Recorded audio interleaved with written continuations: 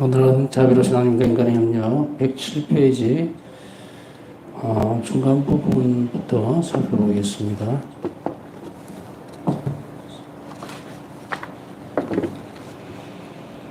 지난 시간에는 4계명, 5계명, 6계명, 8계명, 7, 8, 9계명, 10계명까지 살펴봤습니다.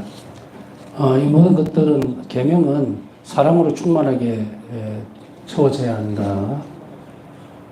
당연히 충만한 사랑이란 단지 가까운 이웃이나 친절이나 도움을 베푸는 것 혹은 가족이나 공동의 구성원을 돕기 위한 노력으로만 한정되어서는 안 된다는 점을 덧붙여야겠다.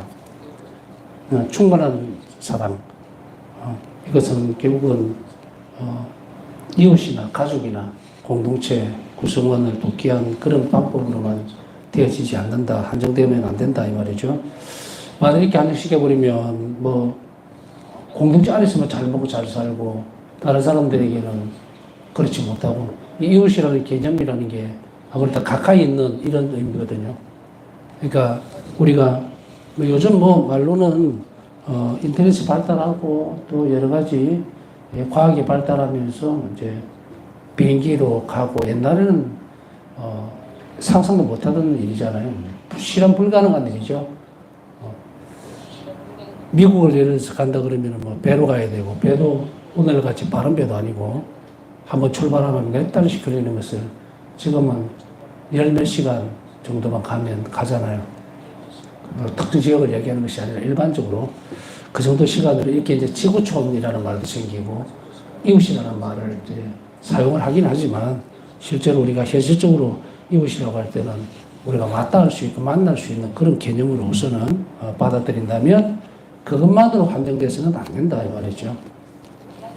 충만한 사랑이라는 것은 더 광범위하고 넓어져야 된다. 자, 여기에서 언급하는 사랑은 그리스도의 사랑을 모델로 해야 되는데 그분은 당신 자신을 희생제물로 바치시며 죽음에 이르기까지 모든 사람을 사랑하셨다. 참조 요한복음 13장 1절에서 1절 그리고 1절 34절 15장 12절 17절 19절 17장 19절 자 여기 보면 요한복음에서 참고를 해보면 당신에서 희생제물로 바치며 죽음에 이르기까지 모든 사람이에요. 대상이. 그러면은 그리스도를 모델로 한다면은 여기에서 얘기하고 있는 사랑은 어떤 것인가? 모든 사람이어야 된다 이 말이에요. 그래서 우리 공동체 이웃 이것으로 한정되어서는 안 된다는 그런 이야기입니다. 이러한 사랑이 하나님의 계명을 따르는 근본 지침이 될수록 그 사람은 더욱더 자유로워질 것이다. 계명을 따르는 근본 지침, 그것이 바로 사랑이어야 한다는 거예요. 그래서 계명 자체만 지키는 것은 의미가 없습니다. 계명이 근본적으로 추구하고 있는 것을 봐야 되고, 그리고 계명을 주신 분을 봐야죠.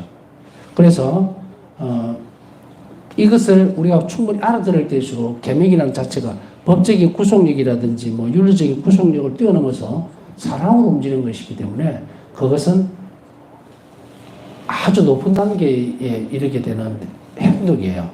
그렇기 때문에 우리가 이렇게 하면 처벌받습니다 하고 움직이는 거하고 이웃을 사랑하고 그리고 함께 가기 위한 그러한 동반자로서 인식하면서 그들의 선익을 위해서 내가 지키는 거하고 다르고 또 그 계명을 주신 분이 누군지를 확실하게 인지할수록 우리는 그 계명이 구속적이거나 아니면 양심적인 부분만을 건드리는 것이 아니라 우리를 훨씬 더 자유롭게 움직일 수 있도록 해준다는 이야기입니다.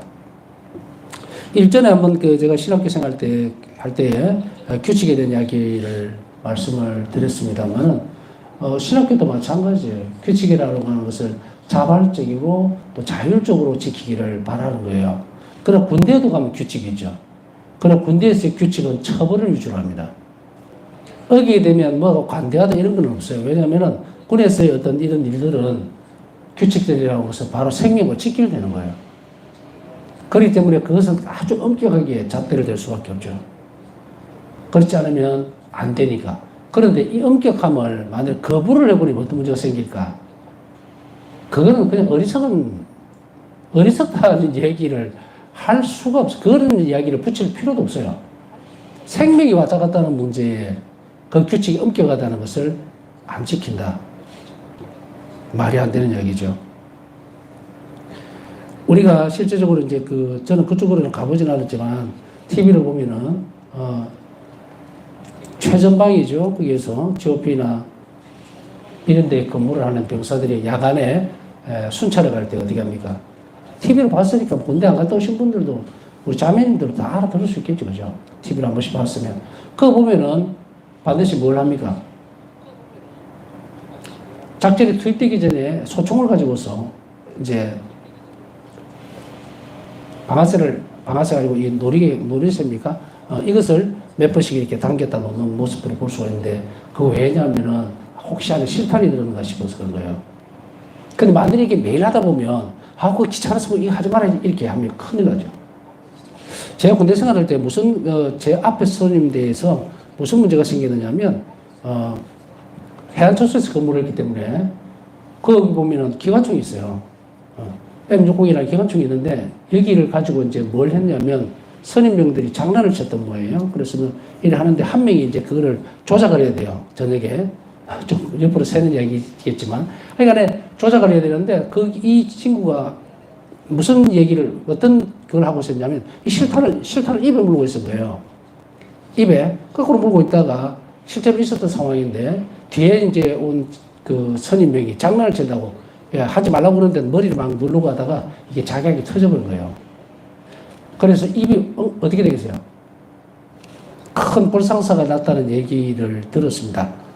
근데 저는 그 전체적인 과정을 지금 설명이 잘 됐는지 모르겠지만, 그걸 누르면 정말로 터지느냐, 그건 저도 몰라요. 근데 하여간에 식탄 가지고 요렇게 하다가 요렇게 됐다는 얘기를 들은 적이 있습니다. 가능성이 문제가 아니고, 실제로 사고가 있어서 이런 부분들 보세요. 얼마나 조심을 해야 되는지. 자, 다시 돌아가서 어떤 일들이든지 하지 말아야지. 그래서 하지 말아야 돼요. 또 어떤 사고도 있었느냐면, 자꾸 사고 얘기를 해서 그런데, 수류탄을 가지고 안에 안전핀을 들었다 뺐다가 하다가 이제 장난을 친 거죠. 장난을 치다가 옆에서 이제 누가 그걸 하니까 모르고 이렇게 도는 사이에 여기 톡 떨어져 버린 거예요. 어떻게 됐겠습니까? 그냥 사고로 나버렸죠. 자, 이런 것을 왜 말씀을 드리냐면, 우리가 계명, 규칙들, 이것을 소홀히 한다고. 아까 이제 그 이야기를 했지만, 반복적일 수 있어요. 반복적인 것에서 우리 기도 생활이나 영성 생활은 절대로 소홀함이 있어서도 안 되고, 그것이 익숙해진다는 법도 없어요. 30년 동안, 40년 동안, 몇십 년 동안 수련 생활을 했다고 해서 그것이 끝까지 간다는 법도 없어요. 처음부터 끝까지 계속 조심해야 돼요. 그러면서도 사랑에 대해서는 항고해야 합니다. 바울의 사도 말씀처럼 우리 또한 마찬가지로 이제 달릴 길을 다 달렸으면 달 때까지는 끝까지 달려야 돼요. 그래서 제가 몇 가지 좀 예를 들었지만, 그런 것들이 생명이 왔다 갔다 하는 부분들이에요. 그러니까 이걸 하지 말라면 하지 말라는 거죠. 생명하고 같이 붙어 있으니까. 그러니까 우리도 규칙이라든지 계명이라든지 이런 것은 이것을 왜 정해 놓았는지 그것을 잘 이해하고 스스로들 그걸 하도록 애를 써야 합니다. 자, 신학교 때의 규칙은 좀 더 완화되어 있다 하더라도 그 규칙을 스스로 잘 지키지 못하면 우리는 퇴학이라는 것으로 이제 떨어집니다. 이게 성소를 박탈당할 수도 있는 그 위기감들을 늘 우리가 가지고 살았었어야 되고, 그리고 그것이 이렇게 자신을 위축시키는 것이 아니라 항상 학교에서는 자율적으로 스스로 그걸 잘 지킬 수 있다. 그래야만, 왜냐면은 신학교 자체 규칙 자체가 뭘 겨냥을 하고 있냐면 신부가 돼서 나가서 잘 살도록 하기 위한 거예요. 여기서 익숙해지고 잘 훈련받지 못하면 그 결국은 어떻게 됩니까? 사제수분을 받고 나가게 되면 인생에 문제가 생긴다든지 아니면 신자들에게 잘못된 모습들을 보여주겠죠. 그러니까 자, 이제 거두절미하고 다시 돌아가서 하나님께서는 우리에게 어떤 것을 주시는가. 그리스도의 사랑은 하나님 계명을 따른 근본 지침이 됩니다. 그것은 사랑으로 되어져야 된다. 그것이 우리가 자유로워질 수 있다. 자, 여기 자유는 자신의 선호에 따른 행동하는 것이 아니라 선을 향해 돌아서는 것을 이해되어야 합니다. 자유로워진다는 것은 내가 이것을 좋아하니까 이걸 해야 된다는 게 아니고 선으로 항상 돌아서 있어야 된다는 거예요. 그래서 제가 강의하면서도 계속 몇 번씩 얘기하는 이유는 그게 우리 어떤 상황이 놓여졌을 때 판단 기준이 돼야 된다는 거예요. 그래서 우리가 이거는 이렇게 해야 되겠다라고 생각을 하도록 우리는 계속 인지가 돼야 됩니다. 악은 뭐라 그랬습니까? 선의 결핍이라고 그랬죠. 네? 그러니까 내가 선이 실행되어야 될 자리에 토마스 아퀴나스 성인의 말씀 우리가 몇 번씩 들었을 거예요. 내가 선을 행해야 될 자리에 선을 행하지 못했을 때 그 자리에 악이 차지하는 거예요. 그럼 우리가 어떻게 돼요? 내가 자비로울 때 자비를 베풀지 못하면 악이 그 자리를 차지해버린다는 이야기예요. 하나 예를 들면 어떤 사람이 어떤 분노에 찬 사람이 막 이렇게 싸움이 붙었거나 이렇게 논쟁이 되어 있을 때에 자비로운 마음으로 그들을 대하고 그런 일을 하지 않으면 그 사람은 어떻게 됩니까? 그 자리에 계속해서 악이 들어와 버리죠. 그러면 안 좋은 문제들이 생깁니다. 상상도 못한 일들이 벌어질 수도 있고. 요즘 TV나 뉴스들 보면은 뭐 분노 조절 장애다 뭐다 하는 게 보여요. 자기는 이것도 할 수 있고 저것도 할 수 있다고 어릴 때부터 이렇게 배운 거예요. 물론 그게 다는 아니죠. 악은 우리가 학습만으로 되어지는 그 부분을 가지고서 뭐 비율을 맞춰서 들어가는 게 아니에요. 악은 그냥 무작위로 막 들어가 버립니다. 어릴 때에 잘못 형성된 것도 있겠지만 바람이 불고 싶은 대로 부는 거예요. 그렇기 때문에 저 사람은 이래서 저러다 이 사람 저래서 그렇다라고 할 수가 없어요. 그래서 예수님께서는 뭐라고 하시는지 기억하시죠? 어떤 누구가 자기의 죄탐만으로 항상 그런 일을 당하는 것은 아니다라고 분명히 얘기합니다. 죄의 신비예요. 그렇기 때문에 우리가 죄를 짓지 말아야 된다는 것은 이웃에게 자비를 베푸는 행위이기도 합니다. 이런 측면에서는. 왜냐하면 다른 사람에게 피해를 주지 않기 때문에. 자, 그러면 우리는 어떻게 해야 될 것인가? 선이 우리를 자유롭게 해야 된다. 선으로 돌아서는 것을 이해되어야 된다는 이 말은 나는 항상 선만 선택해야 돼요. 그래서 제가 이제 자유의지에 대해서 얘기하면서 우리는 악도 선택하고 선도 선택할 수 있는 그게 자유라고 생각하지만 그건 완전히 망가진 자유예요. 악도 선택하고 선도 선택한다는 것은 선 자체에 대한 자유의지는 하나님께서 받은 거예요. 그것을 선으로 향해만 갈 수 있도록 되어 있는데 내가 이렇게 만들어버린다면 악을 초대하는 건 거예요.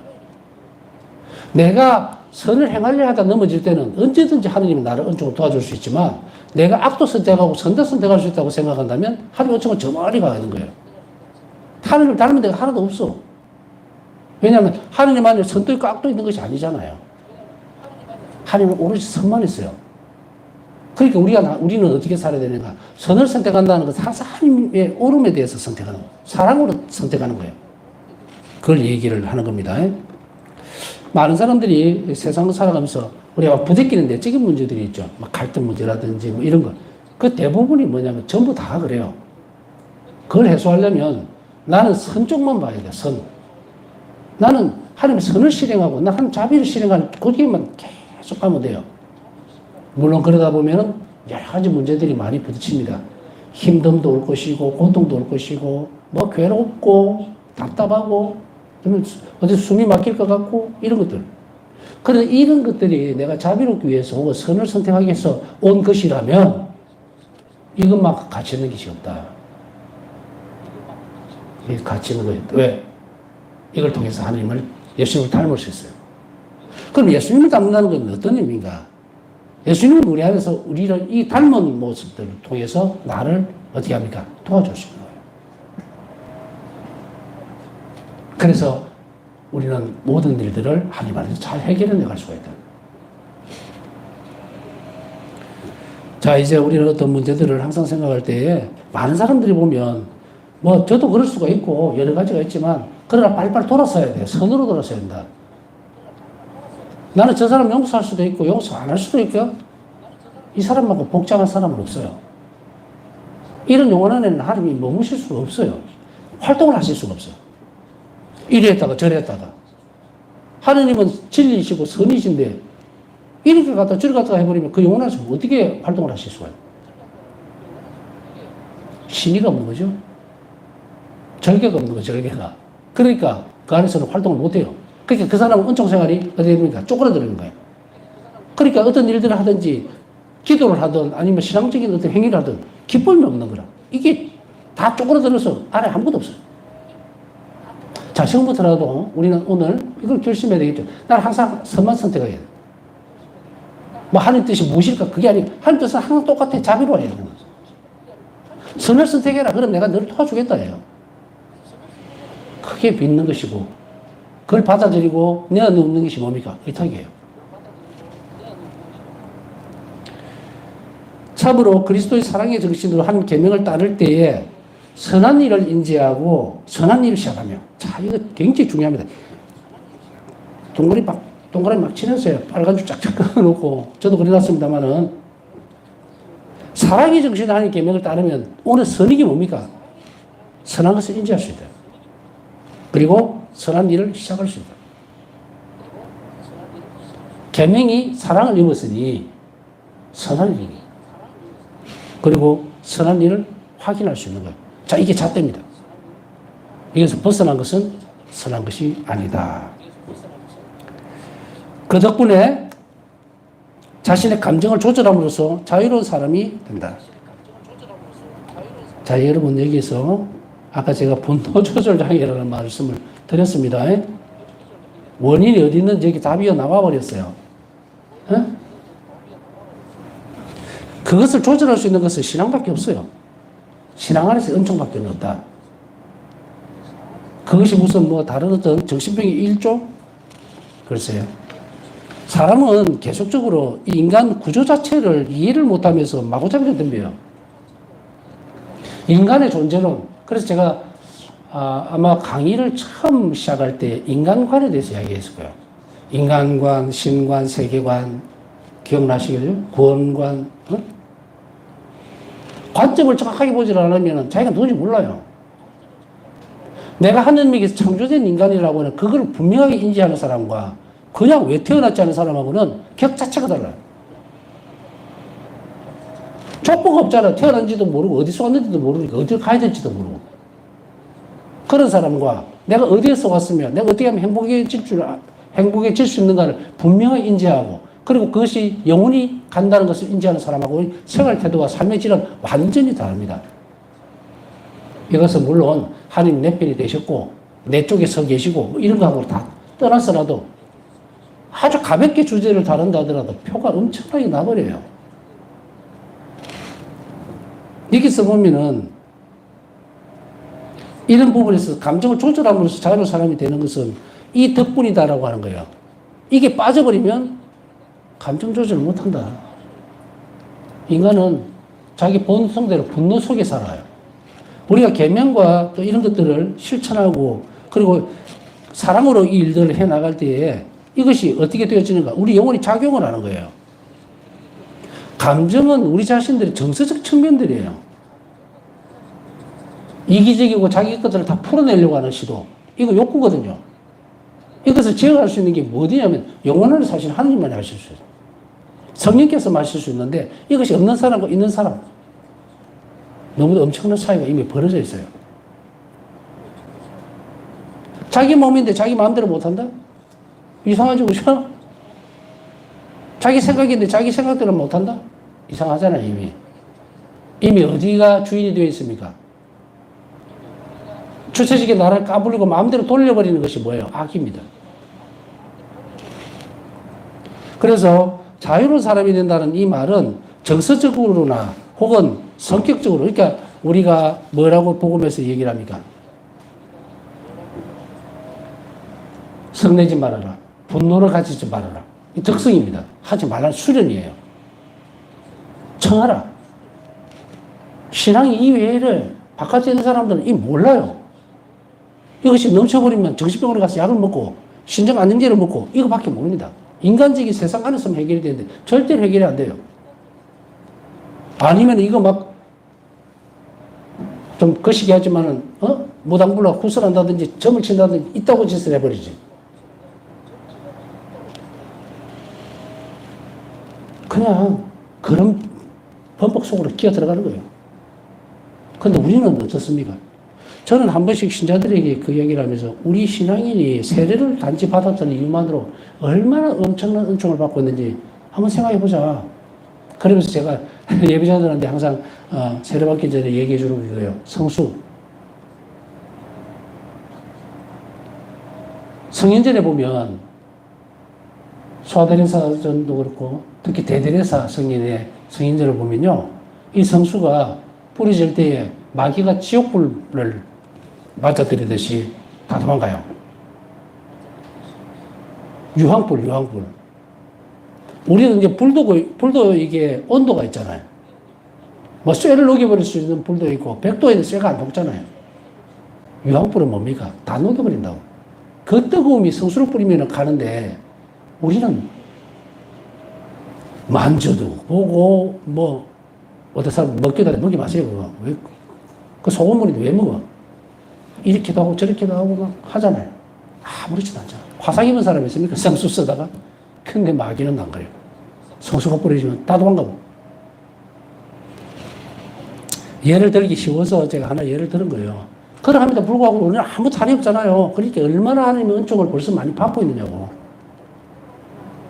그러니까 계명 준수를 잘하고, 이웃과 다투는 일이 있으면 가서 화해하고 와서 예물을 드리고, 이게 분노거든요. 그죠? 화를 내고 이런 것들이 부추기는 것들을 조절하는 얘기예요. 은총으로. 그러면 그걸 화해하고 와서 예물을 드리면 온전하게 된다는 놀라운 일이에요. 치유된다는 이야기죠.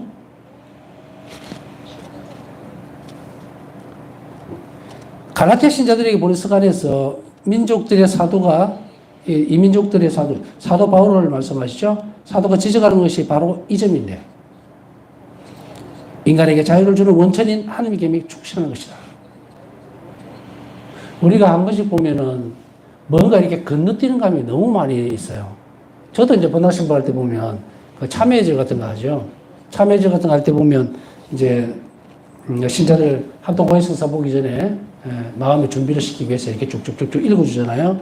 그게 좀 많으면 굉장히 많이 도움이 될 거라고 생각하고 이렇게 하는데, 실질적으로는 어떤 것이 아쉬우냐면 바로 여러분들이 며칠간에 걸쳐서 계명에 대해서 지금 배우고 있잖아요. 이 계명이 이렇게 광범위한 거예요. 그런데 이 계명을 내가 사람으로 따르지 못했던 것이 무엇인가를 성찰시켜야 돼요. 그리고 그걸 잘 지킬 수 있도록 해줘야 돼요. 이것이 바로 인간에게 자유를 주는 거예요. 아까 얘기했듯이 계명은 나에게 자유를 주는 큰 틀이에요. 십계명이 이제 훨씬 더 사랑의 법과 만나면서 엄청나게 커져버렸죠. 그래서 이것은 이제는 오늘날 어떻게 해석을 해야 될 건가 하면 바로 이것은 이웃에 대한 자비로운 거예요.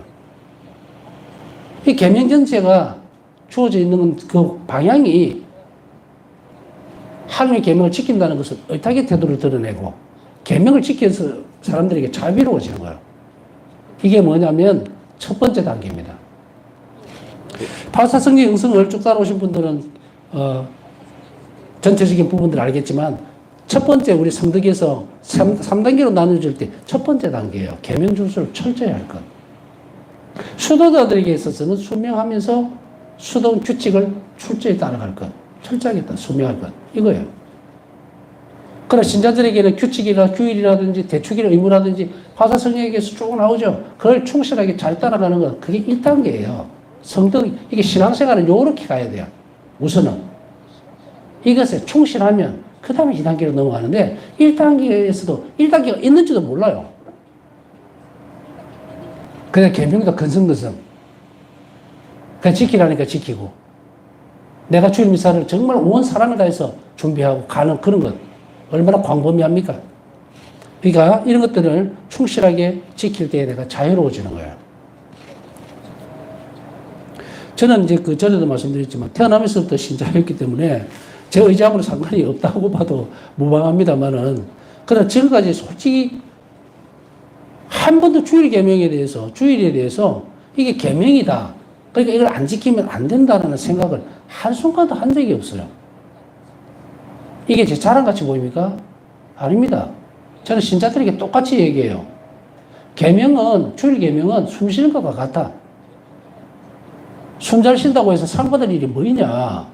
아무것도 없어요. 제가 신학교 때 아픈 기억, 그러니까 아파갖고 몸살이 나고 편도가 부어서 일주일 동안 빠진 외에는 주일미사에 빠진 적이 없어요. 제가 이야기를 해주는 이유는 여러분들에게 있어서 주일은 이래 해야 된다는 거예요. 하나 예를 들고 있는 거예요. 그게 하나님께 뭐 자랑거리가 되지 않습니다. 계명은 사랑의 형태이기 때문에 저는 주님을 사랑합니다는 형태인지 자랑하겠습니다. 사랑을 누가 자랑합니까? 사랑은 자랑하는 게 아니잖아요. 온 동네방네 뭐 사랑을 떠들고 돌린다? 그거 이상한 사람이죠.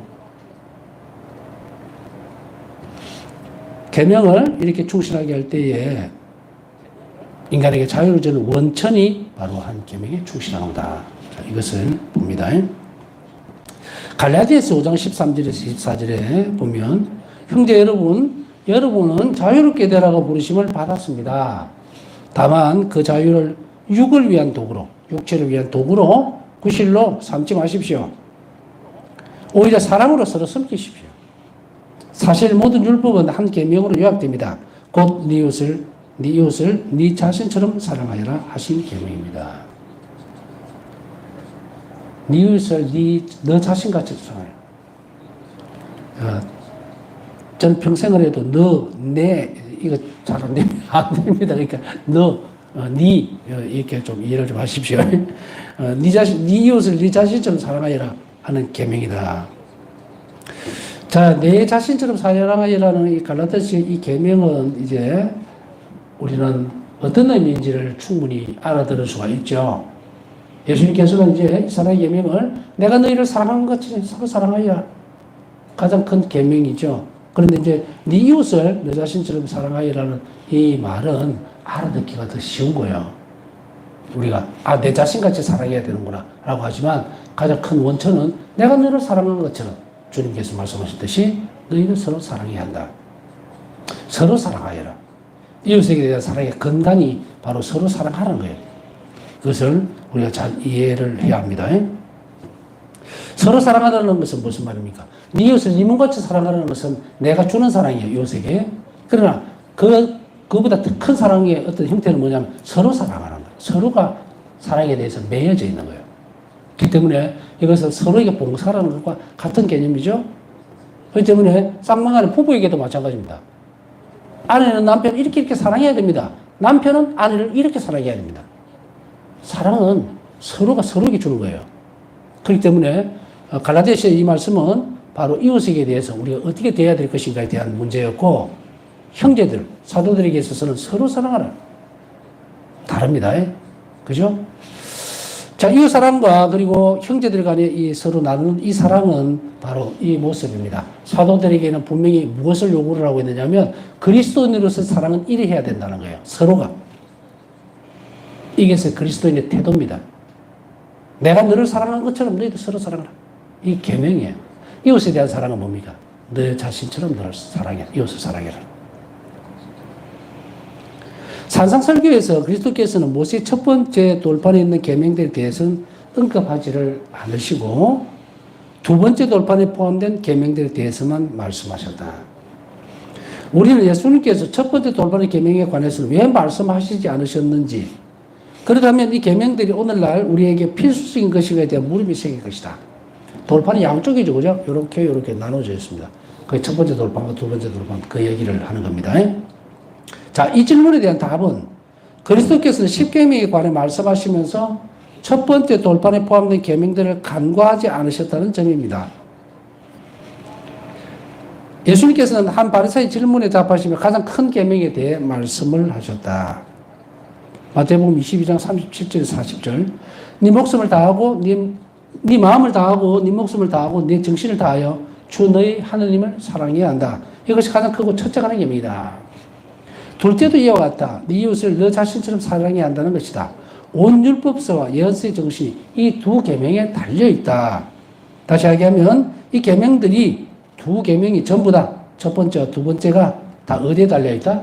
바로 이웃에 대한 사랑과 하나님께 대한 사랑으로 나뉘어져 있다는 거예요.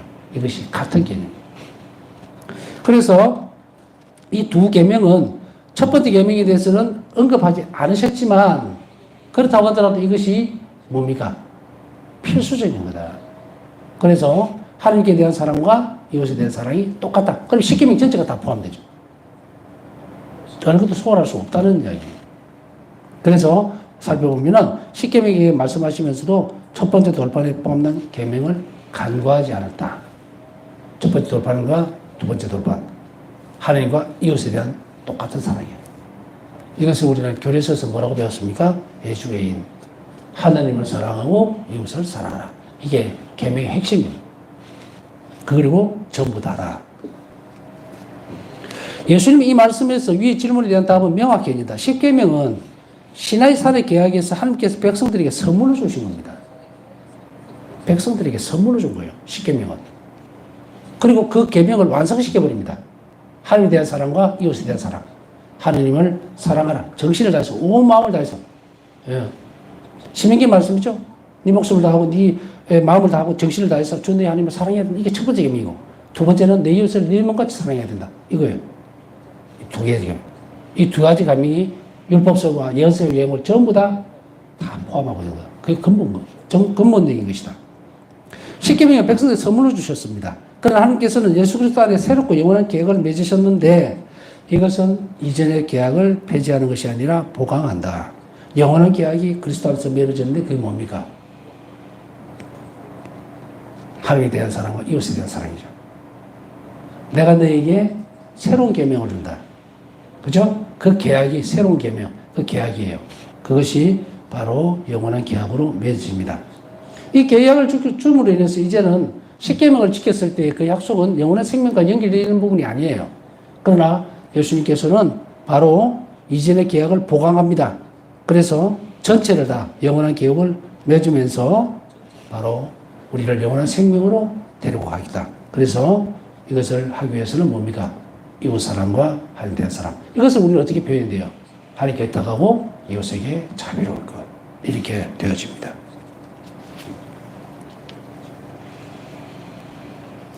그래서 첫 번째 돌파는 계명들에 나타나 있는 하나님에 대한 의무는 그리스도께서 말씀하신 위의 내용 안에서 법적인 성격은 사라지지만 그 계명들의 핵심은 여전히 오늘날 우리의 의무이다. 계명들의 핵심은 여전히 오늘날의 의무입니다.